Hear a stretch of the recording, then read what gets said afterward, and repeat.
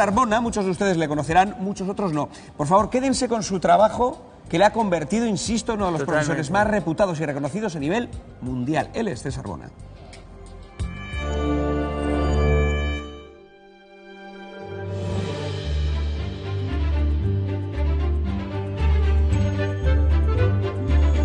Los maestros somos seres privilegiados. Trabajamos con fuentes infinitas de imaginación y eso es un lujo. César Bona no es un maestro más, es candidato al Global Teacher Prize, el Nobel de la Enseñanza. Este premio valora a los docentes que estimulan a otros maestros y que también abren las mentes a los alumnos. El primer día que vino a clase tiró todos los libros al suelo y nos dijo: para mí lo más importante no es que nosotros sacáramos 10 o buenas notas, lo más importante era que fuéramos buenas personas nosotros. Hacíamos muchas cosas divertidas. Nos subíamos encima de las mesas y empezábamos a hablar. Para perder la vergüenza. Es que un juego no tiene ojos. César Bona da alas a los niños para cambiar el mundo. De momento, con ellos ha ganado un premio de cine en la India con una película muda. Ha grabado un cortometraje con los abuelos de una escuela rural y ha impulsado una protectora de animales gestionada por los propios alumnos. Su cabeza trabaja a una gran velocidad. Detrás de un proyecto viene otro con un objetivo claro: hacer que los chavales disfruten aprendiendo. Comprometido, innovador, entusiasta, este maestro trabaja con el empeño de que sus alumnos tengan espíritu crítico, estimulando la creatividad, la curiosidad y la empatía. Mis únicos héroes eran Spiderman, Batman y esos. César nos dejó claro cuál es el concepto de ser un héroe, por lo cual yo respondí que mi héroe favorito era mi madre. Es una simple limpiadora, pero la admiro porque me dice: Hakim, cuando no tengas ganas de estudiar, acuérdate de tu madre que te está sacando adelante.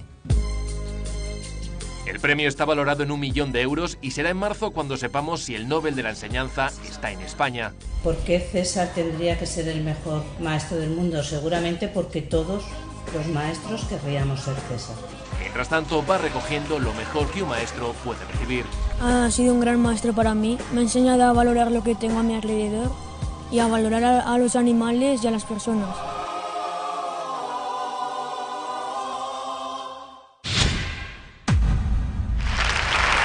Bueno, pues hoy está con nosotros este profesor cuya labor queremos dar a conocer y con el que queremos hablar, lógicamente, de cómo está la educación en este país. César Bona, enhorabuena en primer lugar, gracias por venir. Es un placer. No estamos solos, nos acompaña Natibel Preciado. Natibel, buenas noches. Hola, buenas noches. Bienvenida. Javier Aroca, feliz Hola. año. Feliz año. Natibel Preciado, ¿qué tal estás? Yo, Natibel Preciado. Elisa Beni, saluda. Es que claro, me he quedado sin aplausos y me he venido abajo. La ves 2 veces que has hecho en Nochevieja. ¡Feliz año! ¿Cómo me conoces? Elisa Beni, pueden aplaudirla también. Gracias. Francisco Maruenda. Buenas noches. Eduardo Inda y José Luis Roch. Bienvenidos todos. César, vamos a empezar hablando. Tú como profesor, España tiene el récord europeo de abandono escolar. Tú eres un profesor que ha conseguido reducir la abstención en clases difíciles, complicadas. Te has encontrado con alumnos de 10 años, de familias muy desfavorecidos, que no sabían siquiera escribir cuando te los encontraste. ¿Cómo reducir algo en lo que somos líderes europeos, este fracaso escolar?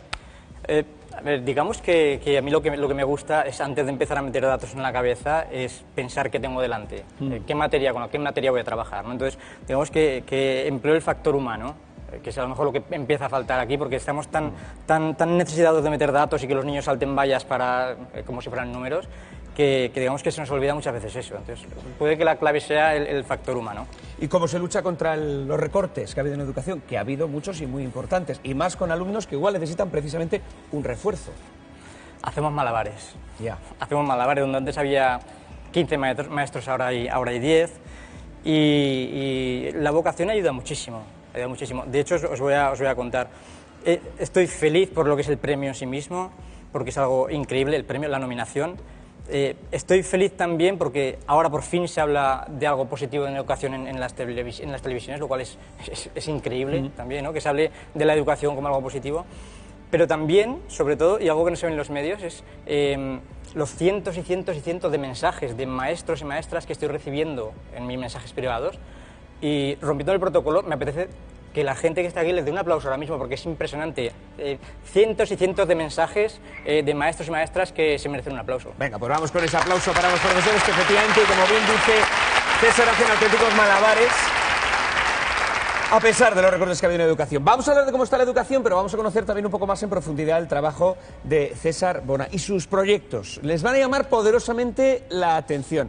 Andrea, vamos con el primero de ellos. Sí, llamativos y efectivos, lo van a ver. Bueno, entre todos sus proyectos destaca, por ejemplo, cómo ha logrado motivar y educar a los niños de etnia gitana del colegio Fernando el Católico de Zaragoza. Ese colegio está en una de las zonas pues, más complicadas, más marginales de la ciudad. Y César Bona logró allí lo que nadie había conseguido, reducir el absentismo escolar a la mínima expresión. ¿Y cómo? Bueno, pues el profesor Bona se acercó a esos niños a través de su música, tocando sus mismos instrumentos y a golpe de rumba. Se los ganó. Escuchen, si no, cómo hablan de él y cómo recuerdan esas clases. Desde entrar a las 3 de la tarde, yo entraba a las 2, que a César le enseñé a tocar el cajón, le enseñé a tocar tangos y está muy bien. Con César está muy contentos y muy bien con él, muy a gusto. Aprendí a leer a través de una obra, gracias a él. Aprendí a leer. Bueno, ese exalumno hacía referencia a una obra de teatro con la que también les enseñó a sumar, a restar, a multiplicar. Un reto difícil porque muchos de esos niños pues no sabían leer, pero el profesor Bona consiguió que esos pequeños aprendieran el abecedario. Y lo hizo así, no se lo pierdan.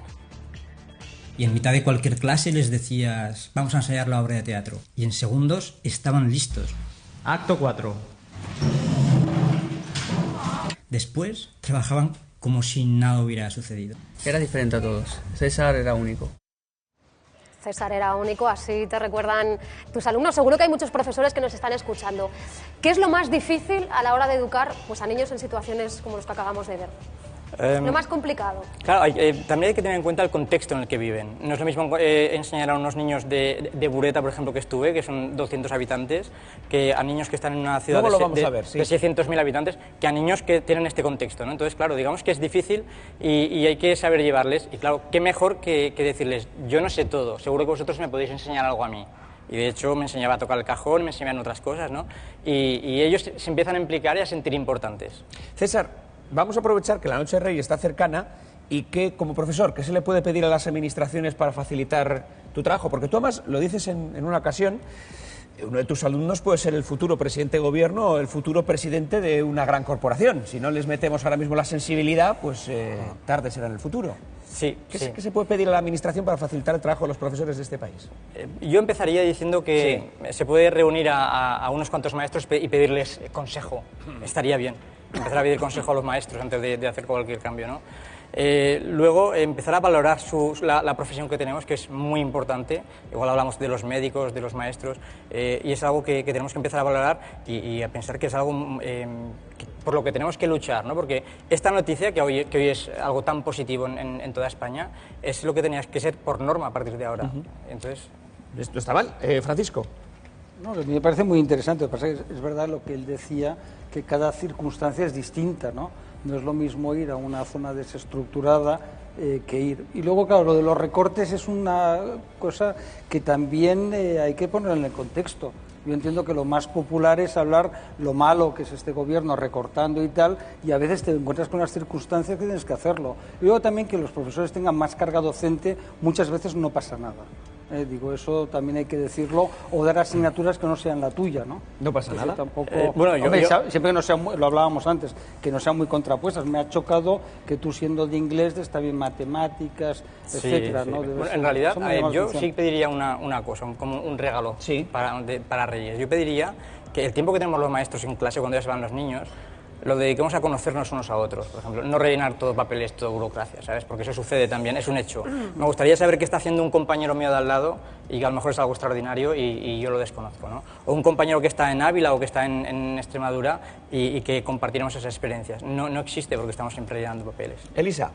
Sí, es que hay un tema que hemos debatido aquí más veces sobre cuando criticábamos la reforma del ministro Wert y ese afán desmedido del Partido Popular por lo que llaman la excelencia. Y yo quería preguntarte, porque me da la sensación de que vas a estar de acuerdo conmigo en algo que he discutido muchas veces con Paco, y es el tema de que fundamentalmente la enseñanza supone, entre otras cosas, enseñar a la gente a amar el aprender o a amar la sabiduría, que la enseñanza es una cuestión de amor. Si todos pensamos un poco en ese profesor que todos hemos tenido, que recordamos en nuestra vida como mágico, como que ha influido, que creo que todos lo tenemos, pues probablemente recordemos que era alguien que nos enseñó a amar el aprender, que no hemos discrepado nunca. Sí, hemos discrepado en esto muchas veces, porque verás lo que voy a preguntar ahora, que nos enseñó a buscar lo que amábamos hacer en la vida para que lo hiciéramos y para ser excelentes en eso, y que además nos aceptó como éramos y nos enseñó a valorar lo que éramos. Y eso, y el hacer a la gente crítica y enseñarla a pensar, es la forma en la que entendemos la educación algunos. Y criticábamos siempre el concepto de excelencia del Partido Popular, en el cual la educación se convierte en algo instrumental, exclusivamente para convertirse en el mejor, en algo competitivo y enfocado exclusivamente a una profesión o algo economicista. Entonces, por eso te quería preguntar un poco que en esta diatriba, ¿cuál era tu interpretación respecto a la educación? Sí, yo también suelo decir que, mira, yo soy de inglés, entonces domino el inglés, domino el castellano, pero yo digo, da igual las carreras que tengas o los idiomas que hables si realmente no sabes cómo comportarte con el que tienes al lado. Entonces, digamos que para mí es fundamental educar en empatía, en sensibilidad, porque al fin y al cabo lo que decíamos al principio, en nuestras aulas ahora mismo tenemos no solo el futuro presidente o la futura presidenta, tenemos el marido que sabrá respetar a su mujer, o el niño que cuando sea adulto sabrá respetar a un animal. Entonces es mucho más importante que simplemente abrirle el cerebro y meter los datos y ya está, ¿no? Javier. Sí, yo me quedo con una idea inicial que no la has desarrollado plenamente, pero yo, si me permite, me voy a apuntar a ella, ¿no? Yo creo que un país que no quiere a sus maestros, o sea, que no quiere suficientemente a sus maestros, es un país con poco futuro, porque está dañando uno de los pilares fundamentales de la propia existencia, en este caso de una sociedad, pongamos, que se llama España. Y España tradicionalmente ha querido poco a sus maestros. Hay que recordar, porque viene a pelo, que el magnífico cuerpo de profesores y maestros y maestras que hubo en la Segunda República, que fueron buenísimos, fueron el colectivo de funcionarios más represaliados durante la Guerra Civil y durante la represión franquista. Claro, eso es una huella que está, digamos, en nuestra pirámide de los maestros en el Estado, ¿no? Y por ejemplo, en la crisis, ¿no?, que viene, estamos hablando de recortes, tal cual. Bueno, en Europa ahora mismo, en la UE, los maestros españoles son los que han sufrido un mayor deterioro salarial, en torno al 13 y al 17, en torno entre el 13 y el 17% de su salario. Claro, eso no es querer bien a tus maestros. Ya sé que esto se podrá justificar. Dirá, no es que no tenemos dinero, diría Maruenda. Pero mire usted, lo primero es lo primero, y la educación y sus protagonistas, que son los maestros, deberían de ser más mimados en el Estado español. De acuerdo, totalmente. Pues me alegro. A ver si me da una parte del premio. Sí.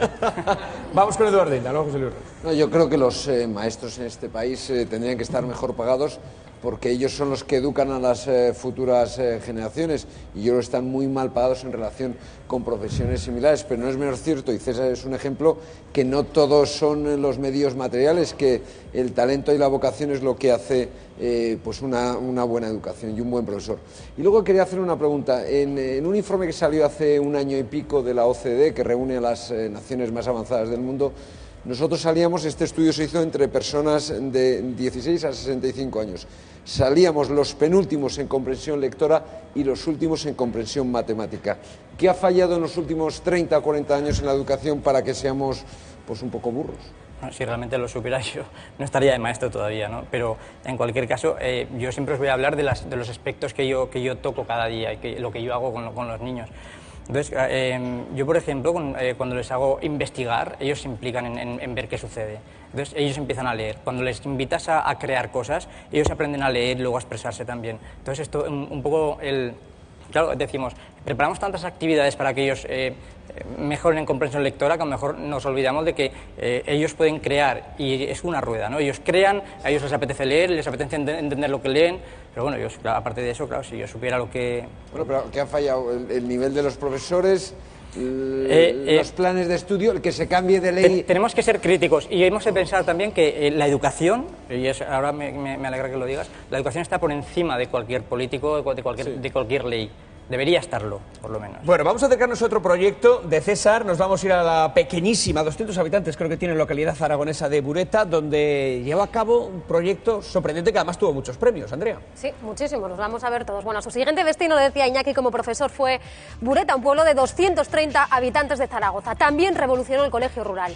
¿Cómo? Bueno, pues estimulando la creatividad de los alumnos con un largometraje mudo, con este largometraje. Los 6 alumnos del centro de entre 4 y 12 años dejaron ir su imaginación en esta película de 40 minutos a la que llamaron La importancia de llamarse Applewhite. Trabajaron duro, muy duro para viajar a la América de 1910 y retratar el día a día de una familia pudiente. Lo hicieron sin presupuesto, solo con 2 bigotes de juguete.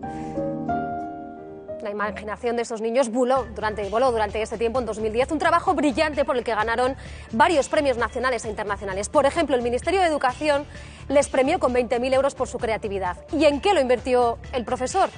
En esto. Compramos ordenadores para la escuela, una pizarra digital, reformamos toda la biblioteca porque antes teníamos que leer prácticamente en el suelo con unos cojines y libros muy antiguos. No le cabía en la cabeza que en un pueblo tan pequeño y que hubiese 6 niños, entre ellos no hubiese conexión. Era muy duro y así consiguió lo que nadie pensábamos.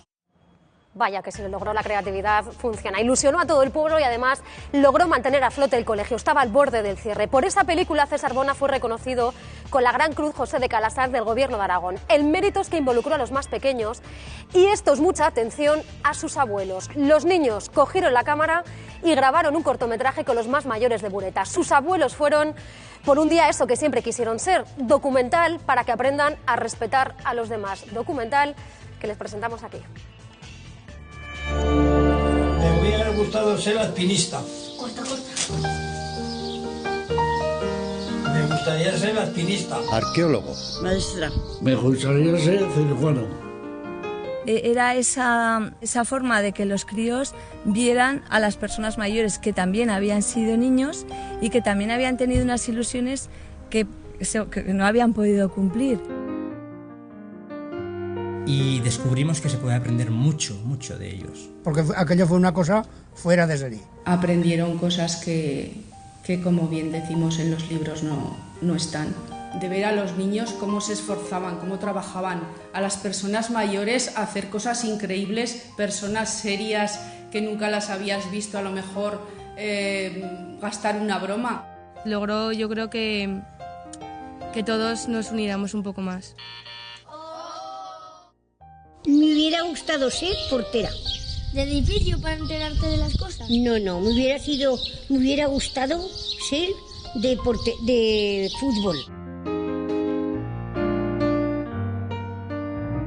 La verdad es que ha gustado muchísimo. Para mí emocionante, total, porque incluso está llorando y todo.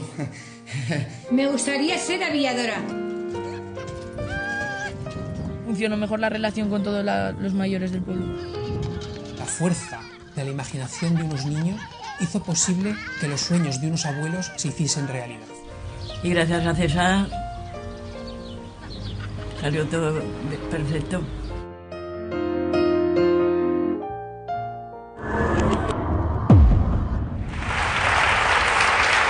Es otro de los proyectos de César que queríamos mostrarles. César, por volver a cosas más tangibles, ¿qué opinión te merece la ley Wert de educación? Que afecta directamente a tu trabajo. Ya ves, ¿no? Que tengo la oportunidad de hablar ahora mismo por miles de maestros y maestras.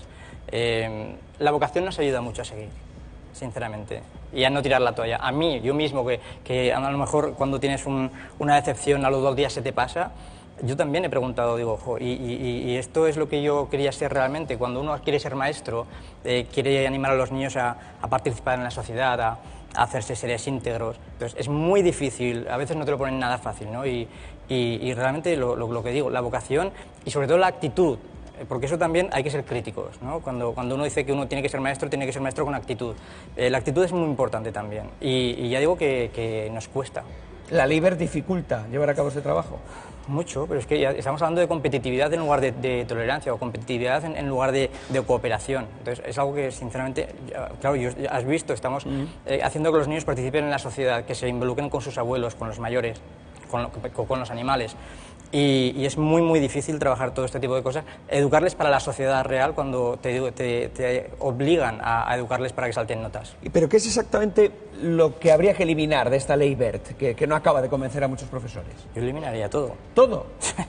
Es que realmente os voy a decir una cosa, cuando estamos hablando de que se hace una ley nueva, lo he hablado en muchos medios también, lo importante es contar con los maestros y ver qué se necesita para que los niños sean personas, sobre todo íntegras, ya no que solo se limiten a saltar vallas, sino que sean personas íntegras.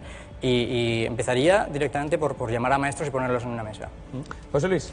Sí, es un gran debate. Yo de entrada lo que haría es darle la enhorabuena a César por el premio, que ya lo tienes, ¿no? Y sobre todo no por el método, porque no creo que haya un método especial de educar, en tu caso, si lo hay, nos lo explicas, sino por esa actitud que hablas, ¿no? Yo creo que la educación está en la actitud. Pero también me gustaría saber si esa actitud se puede frustrar en un Estado donde cada gobierno que entra cambia la ley de educación y en un Estado donde tiene el concepto de que la educación es un gasto y no una inversión, como en otros países. En Estados Unidos se piensa que es una inversión y las grandes universidades tienen grandes cerebros que luego repercuten en las empresas. La educación, la sociedad se transforma desde la educación. Yo quería saber qué es lo más frustrante para ti, si es eso, el ver que es difícil de cambiar la sociedad, o es ver cómo pasa la gente y tú repites tu trabajo. Porque muchos profesores me han dicho, es que lo más frustrante para mí es ver que cada año repito lo mismo, los chicos pasan, evolucionan, crecen y yo me quedo como estancado. Soy consciente de que eso que dices no me sucede solo a mí, nos sucede a miles de maestros y maestras. Y uno tiene la sensación a veces de ser como un salmón, ir contracorriente. Y porque uno, en Aragón decimos, uno es cabezón, ¿no? Porque estás ahí.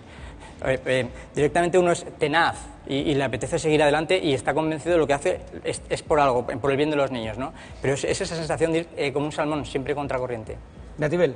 Sí, yo estoy hoy muy orgullosa de pertenecer a un programa que trae personajes como este, que es un personaje absolutamente revolucionario, porque lo que está haciendo en la educación es verdaderamente fantástico. A mí me recuerda al profesor, supongo que lo habrás visto, la película de Vivir es fácil con los ojos cerrados, que es un profesor que enseña inglés a los chicos con las canciones de los Beatles y todos están entusiasmados con él.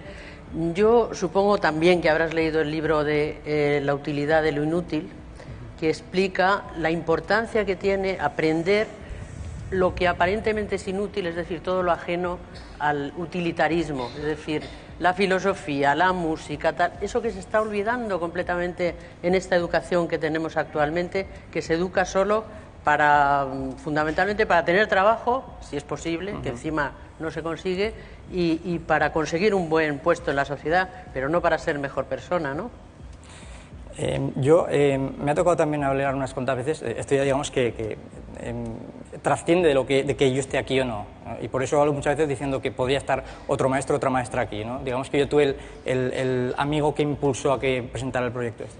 Pero yo, por ejemplo, he dicho muchas veces, digo, mi padre es carpintero, ¿no? ¿Y quién me dice en realidad, y esto me pueden dar palos por eso, pero quién me dice en realidad que un banquero o un arquitecto está siendo o ha sido más feliz que mi padre, que es carpintero, ¿no? Entonces hay que educar sobre todo, ya digo, en este momento, a lo mejor es el momento de meter emociones, ¿no? El enseñar emociones, el gestionar esas emociones. La resiliencia también es importante, ¿no? Es decir, pues que sean seres que sepan afrontar una pérdida de un trabajo, de una relación, por ejemplo. A lo mejor es este momento y esta revolución que hay. Y si consigues el $1.000.000 que te puede caer encima si ganas el premio, ¿qué vas a hacer con ese $1.000.000? Montar un colegio. Hemos visto esa biblioteca, en realidad no era con los 20.000 euros, fue un fragmento, y yo tenía la ilusión de mi vida que era una biblioteca donde los niños se pudieran tumbar sin sillas y sentarse en pubs, meterse en tiendas de campaña. Me gustaría crear ese tipo de cosas, estimular la creatividad, generar la curiosidad. Yo me imagino montando un equipo de gente experta, de maestros, de creativos, y para contagiar a escuelas. Podría ser maravilloso. Vamos a acercarnos a conocer otro proyecto más que ha hecho célebre el trabajo de César Bona. Andrea. Este va sobre los animales. Bueno, su tercer proyecto estrella ha sido El Cuarto Hocico, una protectora de animales virtual dirigida por él y por 12 alumnos suyos de cuarto de primaria del Colegio Zaragozano de Muel. ¿Para qué la creó? Pues para concienciarles del trato que merecen los animales. La idea se le ocurrió después de la visita de un circo a dicha localidad. Un día vino el circo a Muel y nosotros estábamos muy contentos. Y al subir a clase, nuestro profesor nos dijo que miráramos cosas del circo y salía que los maltrataban. A partir de ese día nació El Cuarto Hocico y un mundo sin abandono y maltrato animal. Pues ese fue el inicio del proyecto, una web con información sobre cómo deben vivir los animales. La iniciativa fue premiada dentro y fuera de España. César Bona también les concienció sobre el medio ambiente y sobre el respeto al otro. Y les ha quedado clarísimo. Gracias al cuarto ciclo descubrimos que un abuelo con Alzheimer podía volver a recordar acariciando a un burro, que niños con autismo son capaces de comunicarse con su familia gracias a un perro. ¿Os dais cuenta de lo importante que es eso? Ese es el mensaje que lanzó uno de esos pequeños en el Congreso de los Diputados tras recibir un premio por la iniciativa. Hasta la prestigiosa primatóloga Jane Goodall se rindió al proyecto de César y sus alumnos. Han aprendido el respeto a los animales, historia, geografía, ser más solidarios, más comprometidos y, lo mejor, han arrastrado a otros niños de España y de fuera. Os animamos a todos a que salvéis a los animales. Si todos los niños trabajamos juntos, podemos cambiar el mundo. Animamos a todos los nenos a que se unan a cuidar a los animales. Un movimiento sin precedentes en los colegios a favor de los animales. César, ¿falta concienciación en los colegios? Definitivamente, definitivamente. Yo muchas veces digo que bastaría un párrafo de primero a sexto, diciendo que maltratar o abandonar a un animal es un signo de crueldad y que te define como persona. Solo ese párrafo. Entonces seguramente muchísimas cosas cambiarían. Hemos visto cómo trabajas con niños y niñas, con colegios mixtos. Lo digo porque también ha habido mucha polémica en torno a las ayudas, a las subvenciones a colegios que segregan por sexos. ¿Ofrece alguna ventaja la segregación por sexos desde tu experiencia como profesor? Mi experiencia muy personal, digo que yo estuve en un colegio también con chicos en Zaragoza y aprendí mucho de mis compañeros también. Entonces, no puedo hablar mal de ningún colegio donde he estado porque me han tratado fenomenal. Si es ventajoso o no, pues sinceramente no lo sé. Hombre, yo me puedo basar en mi infancia. En mi infancia tenía una chica sentada al lado y a lo mejor le mandaba un mensaje y me sentía feliz. Pero vamos, supongo que se aprende un poco, sí, digamos que más cercano a la vida real es un colegio que no esté segregado. Elisa.